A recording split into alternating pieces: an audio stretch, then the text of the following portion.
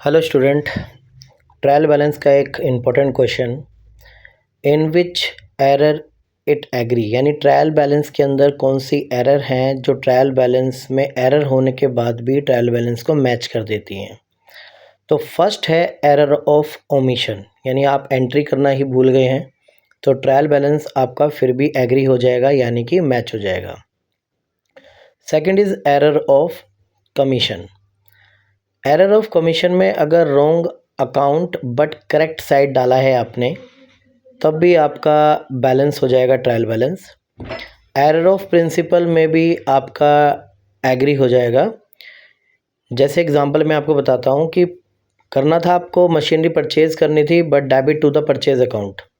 Machinery भी debit होना था, परचेज़ भी डेबिट होना था, दोनों चीज़ें डेबिट होनी थी। तो अगर मशीनरी की जगह परचेज़ को डेबिट कर दिया तो दोनों ही डेबिट होने थे, मशीनरी होगी उसकी जगह परचेज डेबिट हो गया। ऐसी चीज़ों में भी ट्रायल बैलेंस एग्री हो जाता है।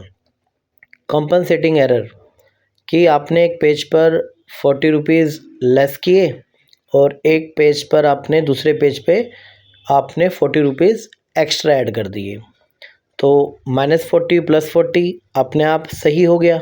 तो कॉम्पनसेटिंग एरर, जो एरर अपने आप ही ऑटोमेटिकली रेक्टिफाई हो जाती हैं, राइट।